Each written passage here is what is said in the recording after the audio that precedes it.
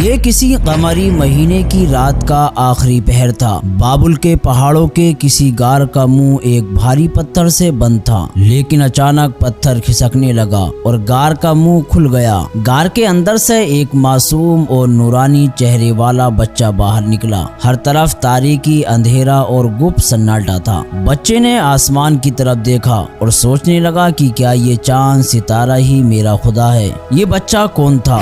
وہ اس غار میں کیا کر رہا تھا؟ اور اس بچے نے بڑے ہو کر کس طاقتور بادشاہ کی سلطنت کو تباہ کر ڈالا؟ اللہ تبارک و تعالی نے اپنے بندوں کی ہدایت اور خدائی دعوے داروں کے ظلم سے انسانیت کو نجات دلانے کے لیے ہر دور میں پیغمبروں کو مبعوث کیا تھا۔ یہ انبیاء اکرام نہ صرف اللہ تبارک و تعالی کے پیغام کو بندوں تک پہنچانے والے تھے، بلکہ ظالم حکمرانوں کے خلاف مظلوم کے لیے مسیحا بھی تھے، جنہوں نے طاغوت کے خلاف بغاوت کی اور لوگوں کو بندوں کی غلامی سے نجات دلا کر اللہ تبارک و تعالی کی غلامی میں لائے۔ انہی نبیوں میں ایک برگزیدہ نبی حضرت ابراہیم علیہ السلام ہیں، جنہیں ایک ظالم اور جابر اور خدائی کا دعویٰ کرنے والا بادشاہ کی سلطنت کو نیست و نابود کرنے کے لیے بھیجا گیا تھا۔ دراصل نمرود قدیم بابل کا ایک طاقتور بادشاہ تھا، جو نوح علیہ السلام کا پوتا کوش بن سام کی اولاد میں سے تھا۔ دوستو، نمرود نے طوفان نوح کے بعد اس زمین پر پہلی مرتبہ باقاعدہ طور پر ایک منظم حکومت قائم کی تھی۔ نمرود کی سلطنت مشرق سے مغرب تک پھیلی ایک وسیع سلطنت تھی اور اس نے 400 سالوں کے ایک لمبے وقت تک حکومت کی۔ نمرود کی حکومت میں بت پرستی عام تھی۔ وہ خود مشرک تھا اور خود کو خدا کہلواتا اور لوگوں سے اپنی پرستش کرواتا تھا۔ نمرود کا محل مختلف قیمتی پتھروں سے بنائے ہوئے قیمتی بتوں سے بھری ہوئی تھی اور اس کی رعایت کا ہر فرد شرک و بت پرستی میں مبتلا تھا۔ بابل کی تمدنی اور مذہبی حالات بہت خراب تھے۔ لوگ سود خوری میں مبتلا تھے۔ ہر شہر اور قصبے میں باطل دیوتاؤں کا ایک بڑا بت رکھا ہوتا تھا، جہاں ہر وقت نئی عورت آ کر ٹھہرتی اور اپنے آپ کو دیوتاؤں کے آگے وقف کر دیتی تھی۔ بت پرستی، ستارہ پرستی، چاند اور سورج پرستی بھی یہاں عام تھی۔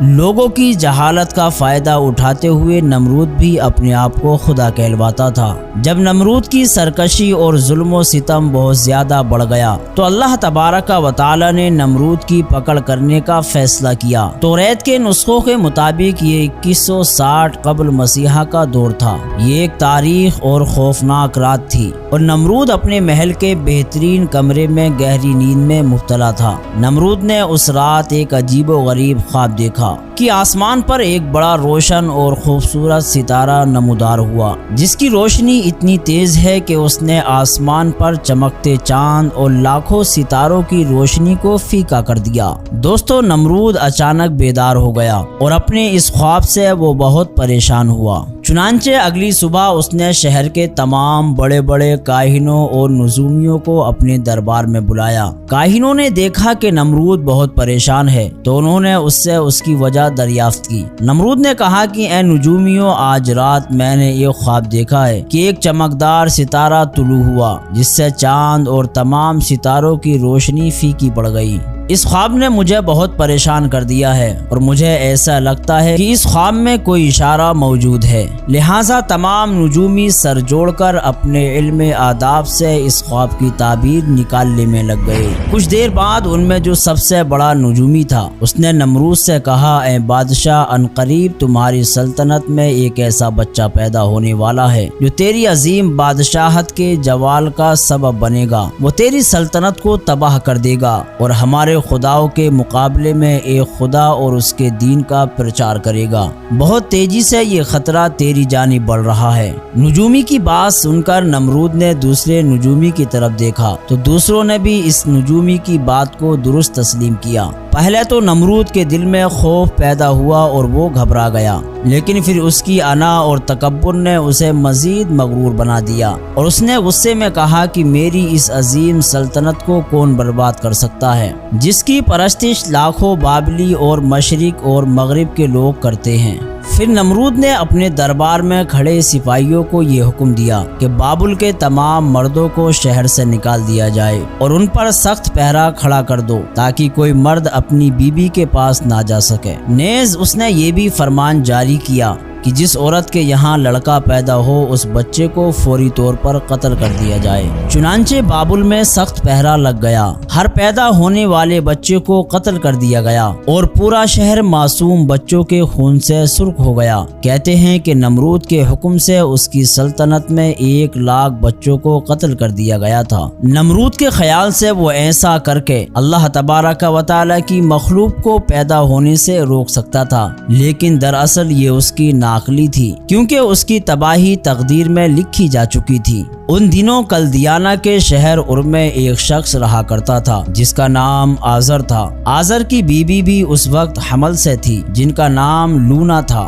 جب لونا کو نمرود کے اس فرمان کے متعلق خبر ہوئی تو وہ بہت گھبرا گئی اور پریشان ہوئی، لیکن اللہ تبارک و تعالی کی طرف سے لونا کے ساتھ یہ معجزہ ہوا کہ جب انہیں حمل ٹھہرا تو حمل کی کوئی نشانی ظاہر نہ ہوئی، یعنی انہیں دیکھ کر ظاہری طور پر پتہ نہ چلتا تھا کہ وہ امید سے ہیں، لہٰذا وہ سپاہیوں کی گرفتاری کے عمل سے محفوظ رہیں۔ آزر اور لونا نے اس بات کو خفیہ رکھا اور اس طرح وقت گزرتا رہا۔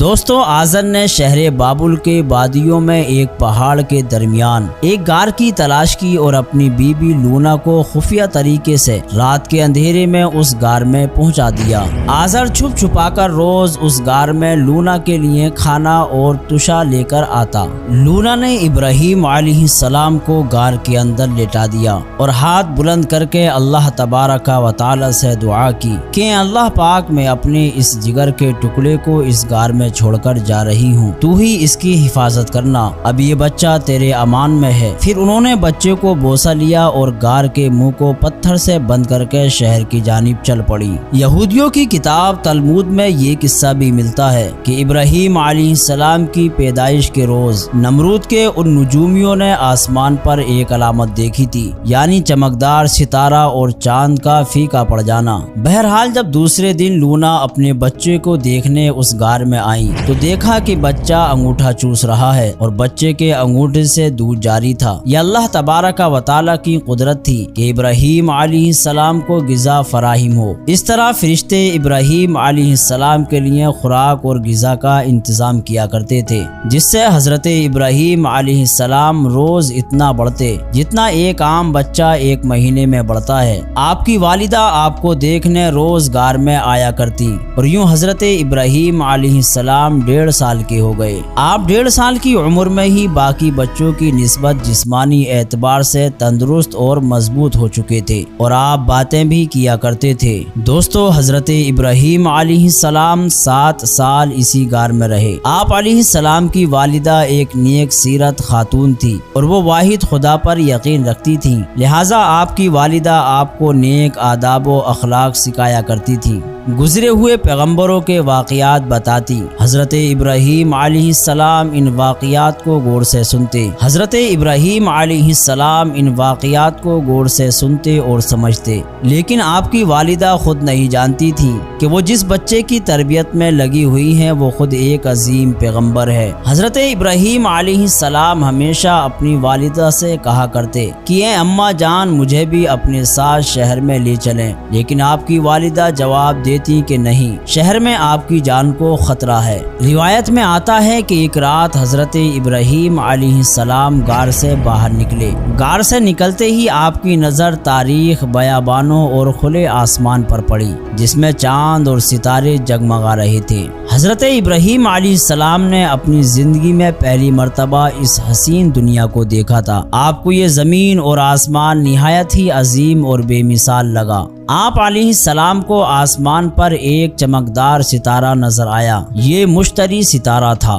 آپ نے فرمایا کہ یہ ستارہ میرا رب ہے، لیکن تھوڑی دیر بعد ستارہ غائب ہو گیا تو آپ نے فرمایا میں ایسے رب کو پسند نہیں کرتا جو غائب ہو جاتا ہے۔ پھر قمری مہینے کی آخری ایام میں آپ علیہ السلام ایک رات غار سے باہر نکلے تو آسمان پر چاند کو چمکتے دیکھا۔ فرمایا کہ یہ میرا رب ہے، لیکن چاند بھی کچھ دیر بعد بادلوں میں چھپ گیا تو آپ نے فرمایا یہ میرا رب نہیں ہو سکتا۔ پھر صبح ہوئی تو ابراہیم علیہ السلام نے سورج کو دیکھ کر فرمایا کیا تو میرا رب ہے، کیونکہ تو سب سے بڑا ہے۔ لیکن جب شام ہوئی تو سورج بھی غروب ہو گیا۔ تب اللہ تبارک و تعالی نے حضرت ابراہیم علیہ السلام سے کلام کیا اور ارشاد باری تعالی ہوا کہ میں تمہارا رب ہوں، مجھ پر ایمان لاؤ۔ لہٰذا آپ نے رب العالمین کے سامنے سر تسلیم خم کیا۔ دوستو، بہرحال حضرت ابراہیم علیہ السلام ایک روز اپنی والدہ کے ساتھ بابل آ گئے، جہاں آپ نے توحید کے پیغام کو لوگوں میں عام کرنا شروع کر دیا۔ اس کا نتیجہ یہ ہوا کہ نمرود آپ کی جان کا دشمن بن بیٹھا۔ اس نے حضرت ابراہیم علیہ السلام کو آگ میں ڈالنے کی کوشش کی اور کچھ ہی عرصے کے بعد وہ واقعہ پیش آیا جب مچھروں کی فوج نے نمرود کی جان لے لی اور اہل بابل حضرت ابراہیم علیہ السلام پر ایمان لے آئے۔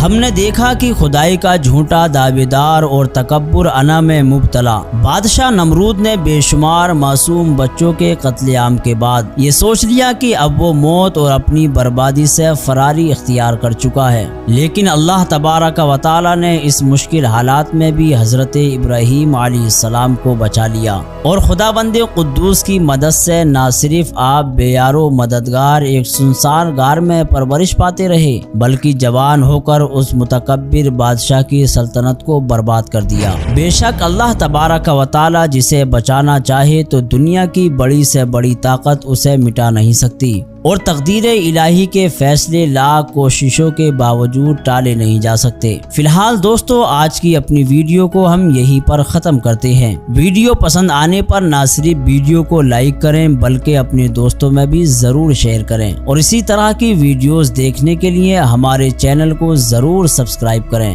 ملتے ہیں ایک نئی ویڈیو میں، تب تک کے لیے اللہ حافظ۔